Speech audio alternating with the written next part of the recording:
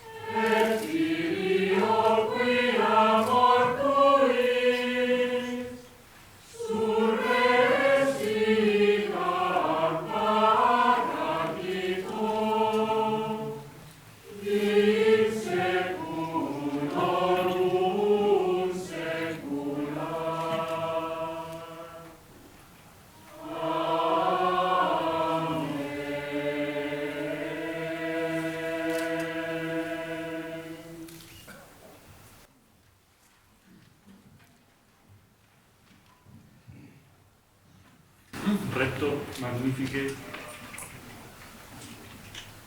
precoraudias, honorem peto, titulum doctoris huius universitatis domino, José Ángel Valente do Casar, merita eius, magisterium, et opera pro eum cultur. Honoris causa obamicite meritacque candidati quod petis habeat.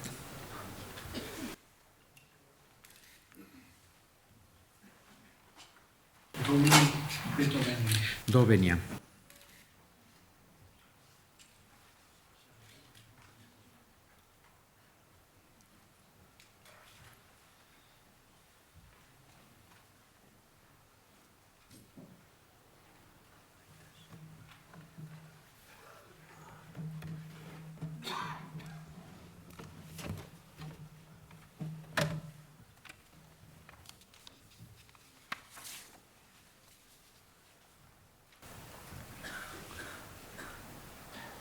Rector magnífico da Universidade de Santiago de Compostela, excelentísimo señor presidente da Xunta de Galicia, excelentísimas autoridades, claustro da Universidade, señoras, señores, amigos,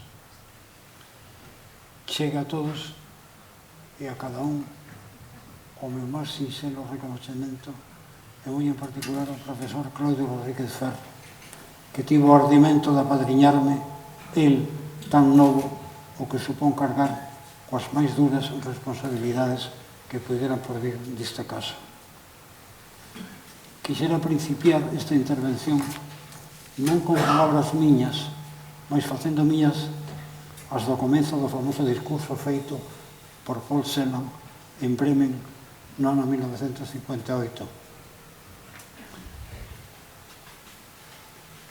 Pensar e agradecer denken, danken, son na nosa lingua, di o poeta alemán, palabras que teñen unha mesma orixe. Abandonarse o seu sentido e deixarse ir á órbita de significación, de lembrarse, lembranza, recollemento, gedenken, en Gedenksein, Andenken, Andacht. Consínteme que lles faga chegar o meu recoñecemento desde esa órbita. E mesmamente, nesa perspectiva, tan chea de sentidos que tan fondamente se complementan, é onde eu quixera ser situado hoxe. Supónse, coido, que nesta solemne investidura tería a obriga de facer unha lección doutoral, mas non é tal o caso. Indo como vou falar de min mesmo, o xénero o que hei de recurrir non é a lección, senón a confesión. Xénero de moi longa tradición que neste caso convertiríase nunha confesión doutoral. En ese senso, referínme ao que poderíamos chamar a miña biografía literaria no Club Internacional de Prensa de Galicia, aquí en Santiago, no ano 1997. A miña intervención de entón levaba por título Figura de home en dous espellos.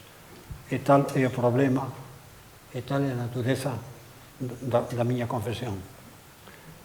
Da propia vida, dixen entón, e máis da propia vida que de ninguna outra cousa, só se pode falar ex persona. E quero dicir, desde ou a través da máscara ou persoa, da máscara do actor, que é o que quere dicir persoa. Pero cantos persoaxes que fomos, ou non fomos, ou quixemos, ou xamais quixemos ser, imos a representar agora. Falar da vida, meus amigos, e entrar de cheo no territorio da ficción. Pero ni de tal xeito eu falaría de mí mesmo se ese presunto min e o eu falante fose unha cousa só. Entón, quen é ese eu lonxano de min que me mira disposto, sexa con frialdade ou con recóndita ledicia, a disecarme? Alguén que olla desde o seu miradoiro. É un espía. Óllame a min que, definitivamente, non teño a existir e non son máis que o seu reflexo nun espello. Cal non ten un escritor máis espello que a linguaxe. E esta, o espacio reflectante, onde o si mesmo se ve como un outro. E nese xogo reflectante de imaxes e de figuras, no que a escritura se constitúe, e vexo eu a miña figura de home delineada en dous espellos, espallada en dúas linguas, galego e castelán, nada en dúas moi adentradas fontes. Cada unha das dúas linguas consénteme decir, gracias aos seus ritmos e ao seu particular espírito, cousas afondadas en min que a outra xa vas podería facer vir á superficie. Esta é a súa singularidade. Mas hai tamén entre elas unha solidariedade, ou por así decirlo, unha certa complicidade. De tal xeito que o meu vencellamento indeleble ao mundo galego ten sido mantido tanto en lingua galega como en lingua castelá. E desa complicidade voulles a dar dous exemplos, dous textos con os que quero rematar esta miña intervención. O primeiro é un texto que solamente podría ter ser escrito en galego. É un texto que se chama Paxaro de prata morta. E leva unha cita de Luis Pimentel, un poeta que eu amo moi en particular, que dice: o vencer quer cortar as túas mans, axiña chegará, paxaro de prata morta. Eu nacín en Ningures, ou non nacín, de ter nacido se ben cadra, nun lugar que xa non existe, e por iso se chama Augas Quentes. Non lle atopo outro nome na miña memoria, por máis que nela furgo. E por iso ninguén podería probar que non se chama así. Ou pode que Aguasquentes fose o nome da face non visible dun lugar que Cecai se designase no mapa de outro xeito. Entón, vais a ver ti onde eu nacín, de ter nacido, digo. Porque tamén a casa onde coido que aqueceu ese presunto nacemento ten sido demoída e xa nada queda fica dela nin cimentos nin ren. Fantasma, imaxe da lembranza, Parque de San Lázaro, santo moi da miña devoción, o prove Lázaro. Víanse desde o balcón da casa as luces lonxe, moi lonxe de Santa María de Melias. Tamén desde aquel balcón debería ouvir posiblemente o pranto polo Andrés Nieto que morreu ou foi morto de seguido aos comenzos da guerra, non sei onde. Tiña sido en Asturias, pranto e medo de todos os xeitos naquel tempo, cando a terra estaba semeada de morte. Eu tiña 7 anos, neno de familia de ben, e moi cristiá, e de dereitas, e cun tío frade, gracias a sexan dadas a Deus, que tiña morto naquel intre moitas nacións, mas nos na nosa invicta. O caso é que a mí na invicta todos parecíanme vencidos, que tamén poderíamos decir apagullados soldados. Penso en embargantes que algúns andaban máis estroncados que outros. Se caes por iso, meu pai levoume a visitar os seus máis apagullados amigos. Chamábanlle roxos, inda que pola cor, home roxo, can rabelo, un non se decantara tanto. Levoume cabo deles ao mosteiro do Seira. Si, ali fiquei eu neno, ollando os roxos. Eles tamén me ollaron e non sei ben que sorte de troco houbo nese ollar. Ende xamais o esquecerei. Roxos, polo seu malfado, ben se veía que eran os coitados. Entre eles, o Abelardo da chocolateiría, que foi fornecedor dourado da miña meniñeza. Ficaba un sobrecollido e case con desexos de chorar. E non había para facelo nin causa nin porqué, supoño agora. Aqueles roxos tiñan sorte, iban sobrevivindo, estaban ali, outros non estaban, ou xa non estaban, ou nunca estuveron para sempre.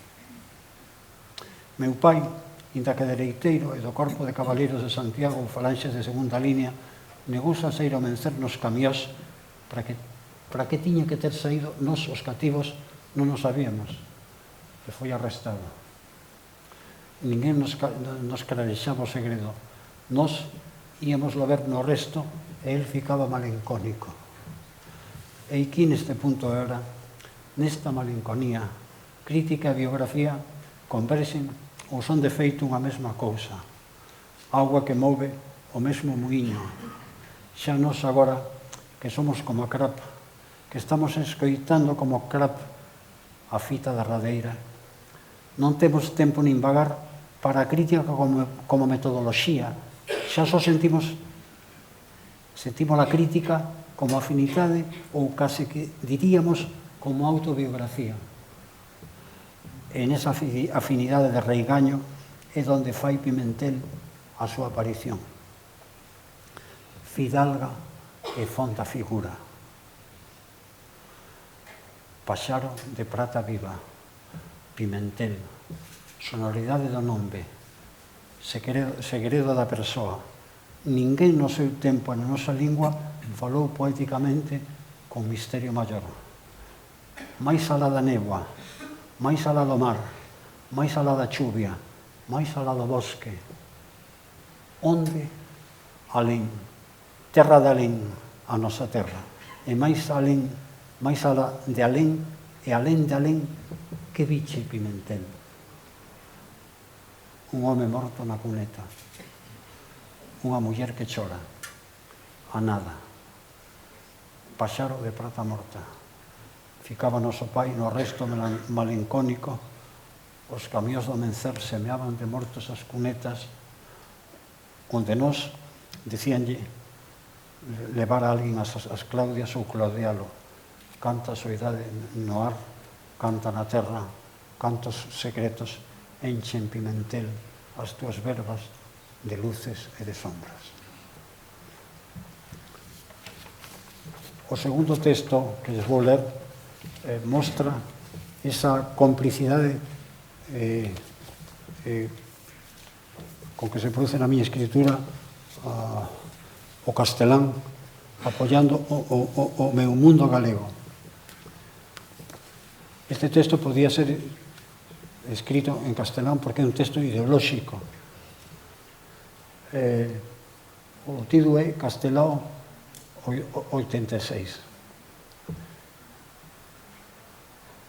Fue Castelao, el centenario de cuyo nacimiento conmemora este año Galicia, un fundador de tradición. Frente al apoderamiento totalitario de la historia, o frente a la historia como forma de error, tuvo y mantuvo explícitamente la tradición como fuente de verdad. Por fortuna, afirma en esa bella pieza oratoria que tituló Alba de Gloria, Galicia cuenta con algo más que una historia amputada, cuenta con una tradición de valor imponderable, y eso es lo que importa para ganar el futuro. No se sometió, pues, a Castelao en la adversidad, ni aceptó la historia como derrota. La tradición, escribió, no es sierva del tiempo. De ahí la inmediatez que su figura guarda y la proyección eminentemente política de esta en el momento actual de Galicia. Sería difícil escamotear o mermar la significación política de quien ha sido en lo próximo el más definitivo y eficaz consolidador. Vicente Risco representa sobre todo la aportación del nutriente teórico del pensamiento nacionalista gallego en una acción nunca abandonada. Sigue guardando ese pensamiento en tantos de sus puntos centrales: soberanía nacional, autonomía, federalismo, pacifismo, antiimperialismo, elementos e incitaciones de considerable vigencia. En rigor, sempre en Galiza, el libro clave que Castelao publicó en Buenos Aires en 1944 y que después de su muerte volvió a publicarse allí en edición aumentada el año 1961, debería utilizarse como elemento de base para la educación cívica de cuantos somos gallegos de nación. Es curioso comprobar hasta qué punto lo galaico se sintió y se sigue sintiendo en otras latitudes peninsulares como lo propio de un ámbito naturalmente remoto y brumoso y, en consecuencia, naturalmente propicio al desconocimiento. Galicia ha sido a lo largo de la historia la reiterada propuesta de un desconocimiento. Probablemente nada han hecho para disipar ese desconocimiento, las minorías gallegas, aristocracias y oligocracias absentistas que desde hace siglos han acarreado o traído de su tierra valores y riquezas. Gallegos traidores, les llamó bien pronto el muy extraordinario conde de Gondomar, hacia las áreas del poder central, con una vaga o inerte tendencia al olvido o la postergación de su origen. De ahí que el camino de traidor a traidor fuese ya, al decir del propio Gondomar, tan breve. Y de ahí también que el nacionalismo gallego encierre no solo la reivindicación de una identidad exteriormente amenazada, sino también, y acaso sobre todo, la reivindicación de una identidad interiormente traicionada.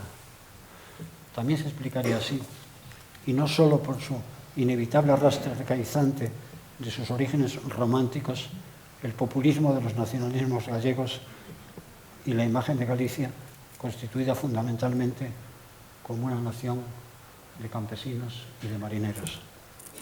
En esa tierra extrema, lugar del cabo del mundo, objeto de tan persistente desconocimiento, el nacionalismo se constituye, por supuesto, sobre la afirmación apasionada del hecho diferencial gallego de la particular identidad de Galicia, dice Castelao, energía étnica que vive en los limos de la conciencia nacional. Pero en rigor, el nacionalismo gallego no se estructura, y esto es muy importante hoy, no se estructura en formas excluyentes, sino que adopta muy pronto formas solidarias. Nacería, dijérase, no tanto para la separación como para formas superiores y más libres de unión. Es explícitamente en Castelao un nacionalismo universalista, y ese universalismo encuentra su primera proyección en el ámbito peninsular.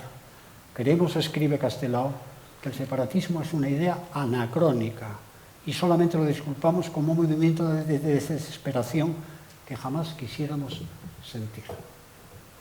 Esto significa que los defensores de la posición maximalista de Galicia no intentamos romper la solidaridad de los pueblos españoles, reforzada por una convivencia de siglos, cita literal de Castelao, sino más bien posibilitar la reconstrucción de la gran unidad hispánica o ibérica. La soberanía natural, reconocida y respetada, fundamenta la conciencia solidaria de la nación que pueda así integrarse libremente en un estado de estructura federal. Federalismo, Federación Ibérica, Federación Europea. Progresión de la conciencia liberada de los pueblos, según Castelao, hacia una unión mundial. Utopía, ciertamente, pero no de otra sustancia fue el sueño que alimentó la acaso no renunciable propuesta de un socialismo internacional. Por castración temprana en su componente utópico, por obediente y precavida renuncia a su componente científico, los socialismos se reducen a cero. Los gallegos, desliza oblicuamente la voz de Castelao, no somos hombres lógicos. Quizá porque nos anubla los ojos la brisa del Atlántico.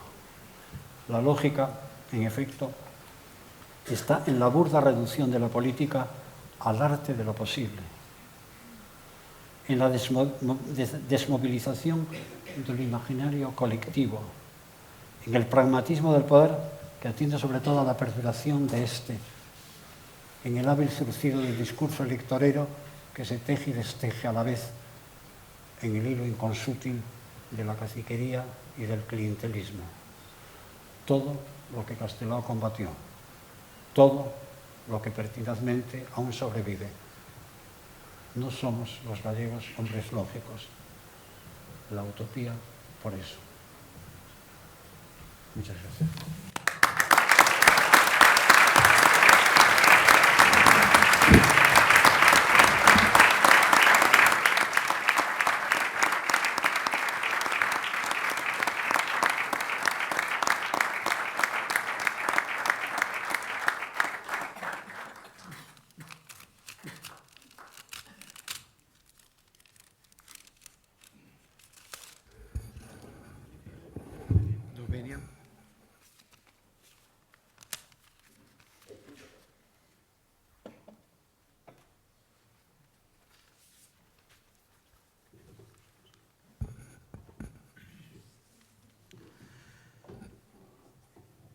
Señor Rector magnífico da Universidade de Santiago de Compostela, excelentísimo señor Presidente da Xunta de Galicia, excelentísimas e ilustrísimas autoridades e claustro da Universidade, amigos todos e amantes da poesía.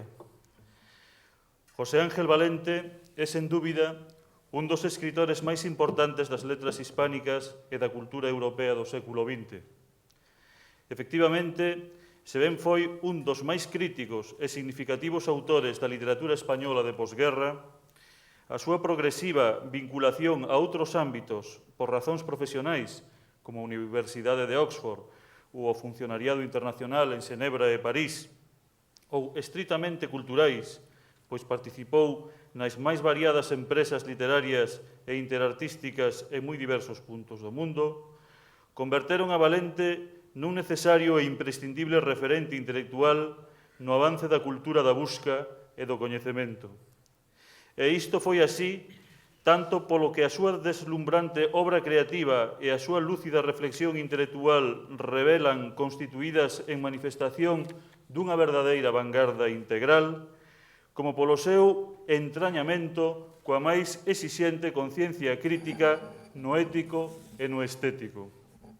Ademais, a riqueza de contidos, formas, xéneros, linguas e diálogos multiartísticos que presenta a súa obra, tan variada como coherente, está dobremente fundamentada na profunda asimilación da tradición máis canónica, da heterodoxia máis enlleira e da vanguarda máis disolvente, pois de algún xeito supón a ensamblaxe da mestría renacentista e barroca española, da arte da meditación das ascéticas e das místicas cristiás, xudías e musulmanas, e do espírito de ruptura do máis radical romanticismo, do simbolismo e das vanguardas todas. Deste xeito, a produción creativa de Valente é palincesto do máis alto desideratum da literatura occidental de todos os tempos.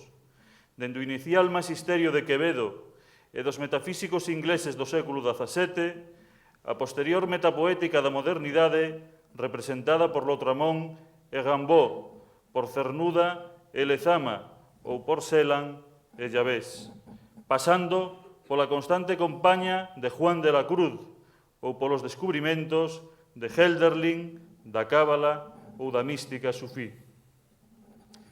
Independentemente das máis ou menos forzadas catalogacións escolares, a poesía de Valente trascendeu absolutamente as estreitas marxes da chamada xeración dos 50 e mesmo de toda a literatura española de posguerra. Primeiro, a través da vigorosa elaboración dun discurso ascético e logo do cultivo dun contradiscurso subversivo que o conduciu á radicalidade con que posteriormente afrontou o camiño da disolución dos discursos e abriu paso ao seu non-discurso actual. Elexías, sátiras, fragmentos e ditirambos foron, pois, sucesivamente, os elementos de que se valeu o poeta para converter en arte, respectivamente, a memoria do individuo, da historia, da antropoloxía e da materia. A maior parte da súa obra poética en castelán foi reunida nos volumes, actualizados en sucesivas edicións, Punto Cero e Material Memoria, mentres que a súa obra galega foi compilada en edicións progresivamente ampliadas baixo o título de Cánticas de Alén.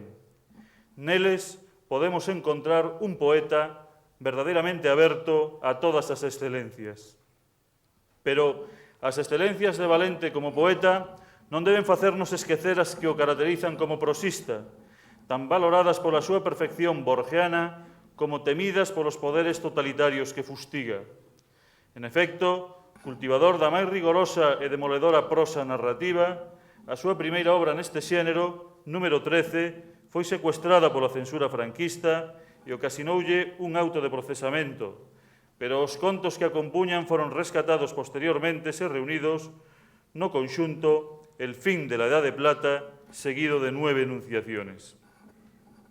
Como ensaísta e crítico literario, colaborou moi asiduamente na prensa cultural e diaria, ás veces en modo polémico, pero sempre valente e esclarecedor. Boa parte dos seus primeiros ensaios literarios foron reunidos en Las palabras de la tribu, mentres que moitos outros relacionados coa mística están incluídos en Variaciones sobre el pájaro y la red, precedido de La piedra y el centro, ou apareceron a propósito das súas edicións de Miguel de Molinos e sobre Juan de la Cruz.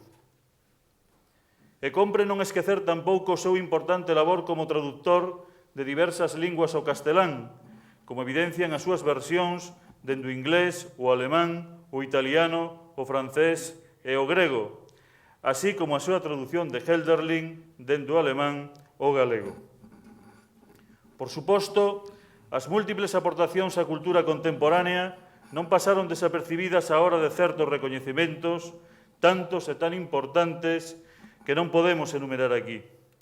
Ademais, traducida e recoñecida mundialmente nos máis exixentes medios intelectuais, a súa obra mereceu a atención de importantes estudiosos e escritores relacionados con significativos ámbitos de Europa, de África e de América, como pode comprobarse na xa moi nutrida bibliografía existente sobre aquela e nos encontros internacionais que leva suscitado. Doutora ademais hoxe a Universidade de Santiago de Compostela a un dos seus exalumnos, que boa parte da súa vida mantivo vínculos académicos e vocación universitaria en Madrid e en Oxford, dende onde mostrou grande interese e preocupación pola cuestión da universidade en España e no mundo. Neste sentido, como escribiu Rosalía e parafraseou o propio Valente, se fue en el viento, volvió en el aire. En efecto, foise co vento, pero volveu no aire. Levouno o vento da historia que nos desenxendraba e que nos esterilizaba, pero volveu co aire crítico e creativo que nos permitiu respirar en liberdade.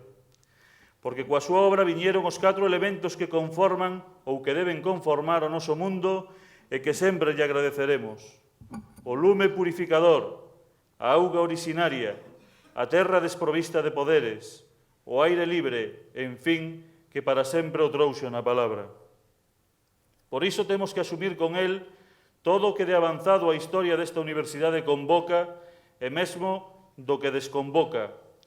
O libre pensamento que dá paso ao progreso, demasiadas veces obxeto de represión e censura por motivos extracientíficos, como ocorreu cos institucionistas, sempre tan queridos polo escritor. A memoria de todos os pobres e de todas as mulleres que, por selo, non puideron estudiar nunca nestas aulas, como Rosalía de Castro, tantas veces mestra matriz e musa matricial deste poeta. A Foucaultiana autocrítica dos que nesta institución pensamos, se nos permite decilo, que igual que un mesmo fondo pode disimularse en forma nova, tamén un bello rito pode acoller o tempo el día del laurel e la serpiente, como escribiu o poeta, tras sus versos apocalípticos que non debemos evitar nesta hora en que os afillados se converten en padriños e os padriños en afillados, pois precisamente se refiren a el día en que obligado sea el convite, el traje impuesto, rotativo el discurso y la ocasión solemne e implacable. Porque efectivamente cremos, poeta e cidadán José Ángel Valente, que deberá ser máis tú agora esta Universidade de Santiago de Compostela onde estudiaches, máis universal e máis galega, como as da Coruña e Vigo, onde como nesta tamén se te lé e se te ama, se te admira e se te estudia, e non só entre os que teñen a obriga programática de facelo. Porque, en efecto, estamos ante un intelectual que o é na orde das letras e no orde das ciencias, como na orde das éticas e na orde das estéticas, porque un poeta ou é todo e para todos, ou non é nada, ou case nada. Porque, para interese de todos, Valente, figura maior das letras hispánicas, é tamén creador en galego. Tradutor das máis importantes linguas occidentais, non deixa tampouco de ser ensaísta en diálogo con todas as culturas orientais. Filósofo da modernidade en permanente reflexión sobre os avances da creación artística, non se desentende nunca dos das ciencias sociais. Cronista da historia e da intrahistoria, é igualmente testemunha da máis fonda memoria antropolóxica. Afondador dos abismos da mente e da lucidez de todos os seus excesos, resulta ao tempo cantor do amor como fusión superadora de todas as escisións. Visionario do espírito trascendente e trascendido, é o así mesmo da memoria da materia obxeto das ciencias experimentais. Porque, neste sentido, é obvio que a captación integral que da memoria das orixes e do mundo do seu tempo que se realiza na poesía de José Ángel Valente é unha conquista artística da literatura galega, hispánica e universal, pero tamén que o é do coñecemento humano. Doutorando José Ángel Valente, en nome propio, só teño que reiterar aquí que, como sabes, únicamente digo o que dixen como direi o que digo. En nome da Universidade de Santiago de Compostela e dos meus compañeiros do Departamento de Filoloxía Española, Teoría da Literatura e Lingüística Xeral, que tan xenerosamente me brindan a oportunidade de pronunciar estas palabras, Textux receptus. En nome da galeguidade deste centro da cultura universal, un verso galego teu. Alongarme foi o xeito de ficar para sempre. En nome da universalidade nesta capital de Galicia, unha cantiga túa para terminar coa túa voz. Se fue en el viento, volvió en el aire. Le abrí en mi casa la puerta grande. Se fue en el viento, quedé anhelante. Se fue en el viento, volvió en el aire. Me llevó a donde no había nadie. Se fue en el viento, quedó en mi sangre, volvió en el aire. Muchas gracias.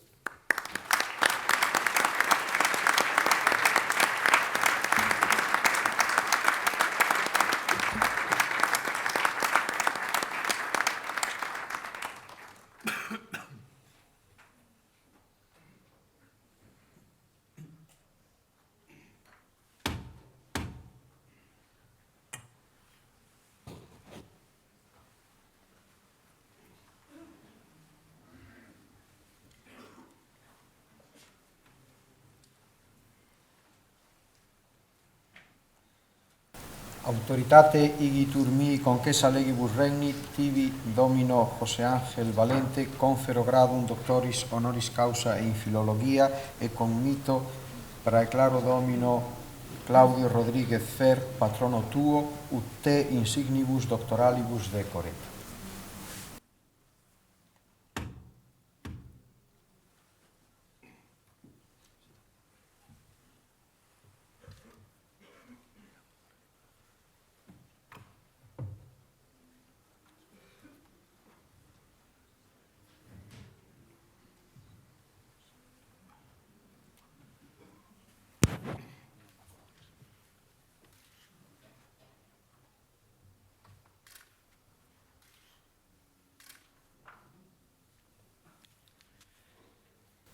Capeian colatae tibi dignitatis ornamenta, et quid illa instituto maiorem portendam intellegito.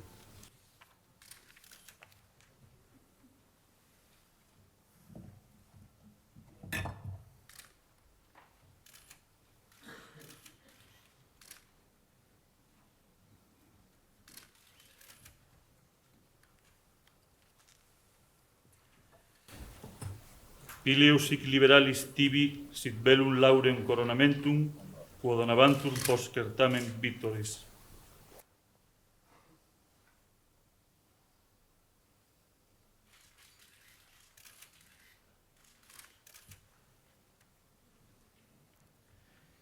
Ilut animu tecum reputa, nihil esse literis et doctrina prestantius, nihil sapientia nobilius. Eius rei causa aureum annulum, uolim primoris in res publica insignebantur, tibi deferendum concedimus.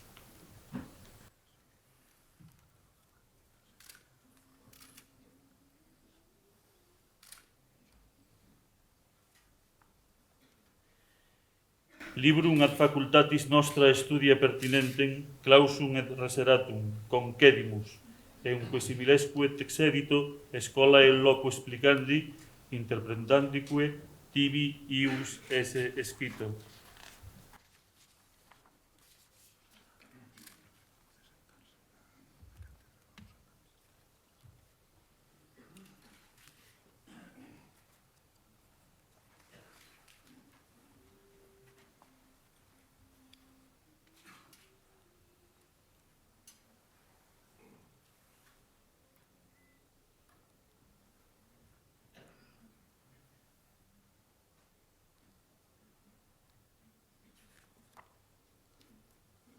Quantopere vero, se adepta dignitate totius, academici coetus nomine gratulemus, hic noster tibi testetur amplexus.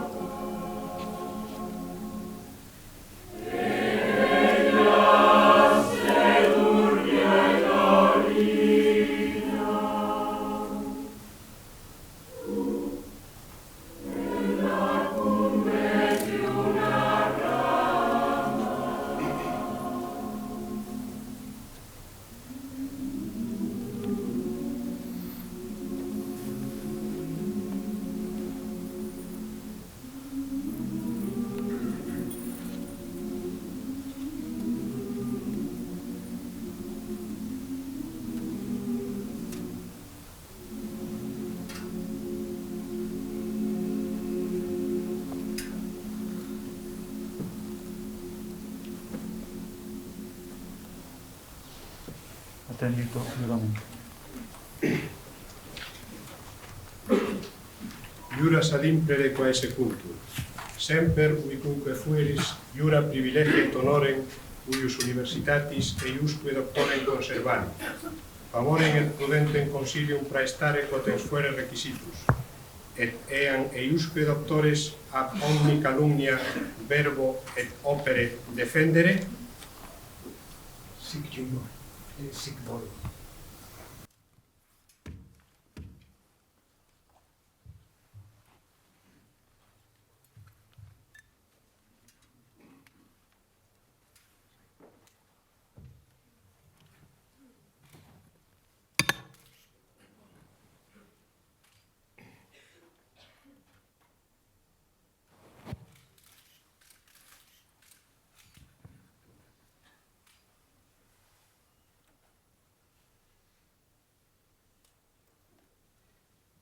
Egregie vir Domine José Ángel Valente, te admito et incorporo in collegium doctorum universitatis Compostelae cum omnibus honoribus libertatibus exemptionibus et privilegis quibus gaudent et possum gaudere ali in similes doctores in Compostelano studio et ubicunque terrarum in orbe et titulus huius admissionis et incorporationis tibi confero.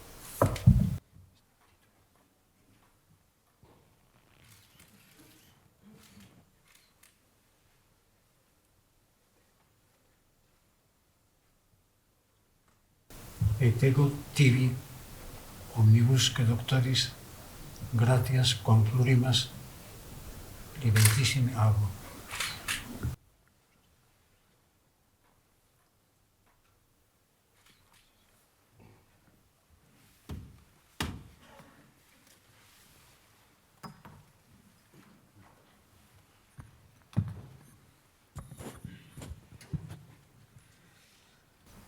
Excelentísimo señor Presidente da Xunta de Galicia, ilustrísimo señor Alcalde do Excelentísimo Concello de Santiago, excelentísimo señor Delegado do Goberno, excelentísimos señores vicerrectores, vicerrector da Universidade de Vigo, excelentísimas e ilustrísimas autoridades, claustro da Universidade, señoras e señores.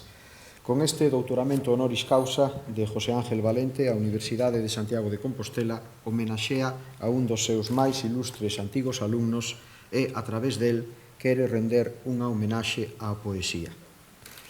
Desde hai case que 20 anos, xaneiro de 1980, cando recibiu o mesmo título Álvaro Cunqueiro, ningún outro escritor que fixera da poesía o meirande eixo do seu labor creativo foi incorporado ao claustro dos nosos doutores.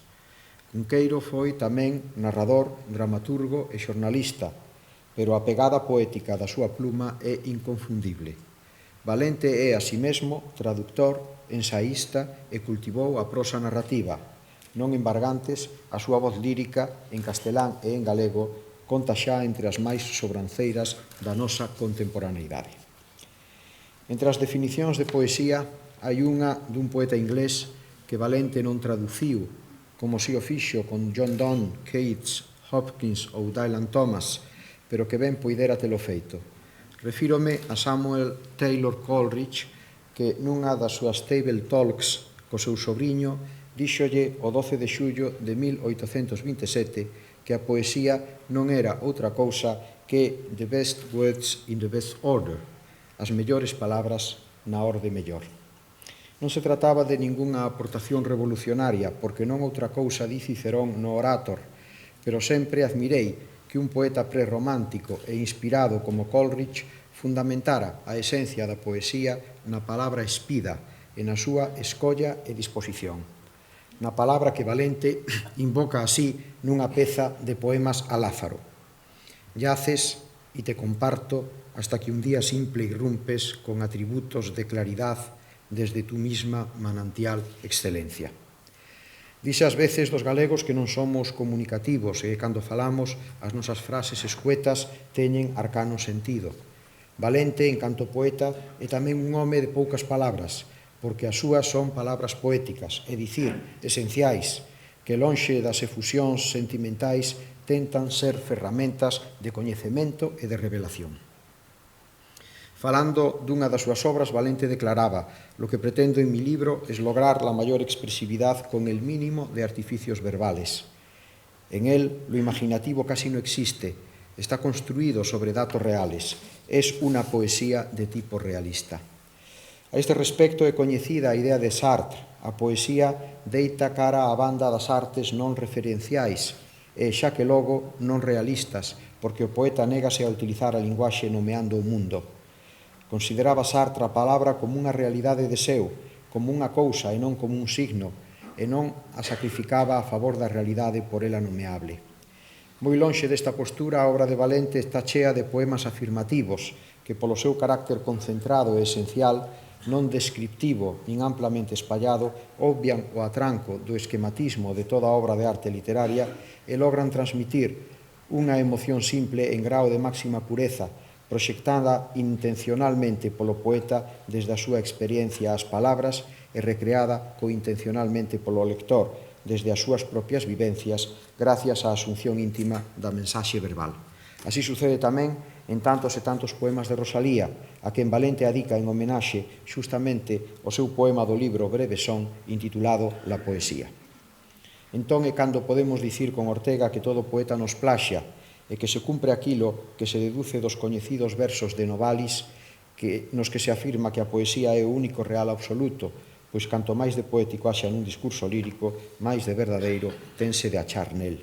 Velaí a utilidade da poesía, o seu poder inesgotable de coñecemento, de epifanía, de revelación.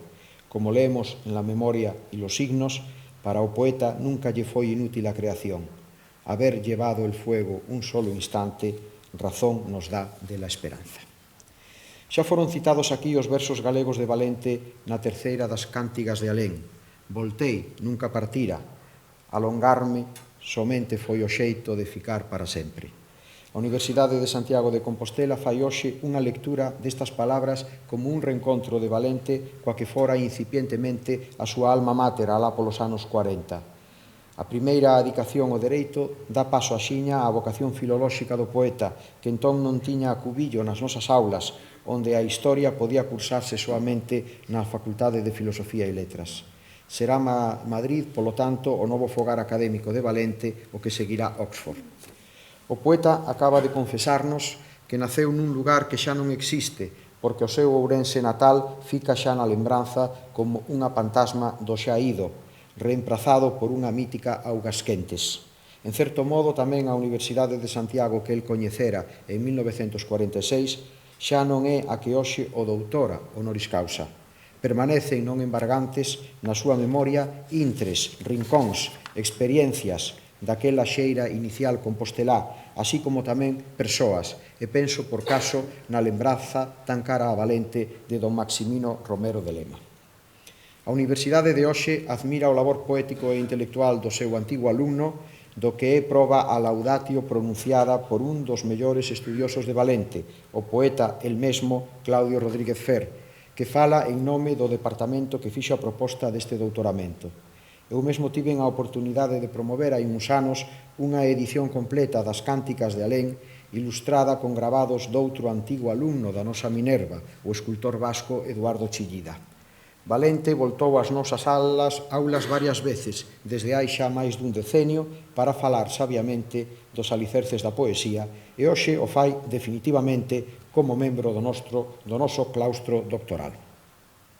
Este retorno adquire ademais unha especial significación, en virtude dun protocolo de intencións asinado polo poeta e o rector que lles fala o 22 de febreiro pasado. José Ángel Valente decidiu entregar a título de doazón á Universidade de Santiago a súa biblioteca e arquivo persoal coa finalidade de que sexan accesibles tanto os estudiosos da súa obra como os interesados na literatura en xeral.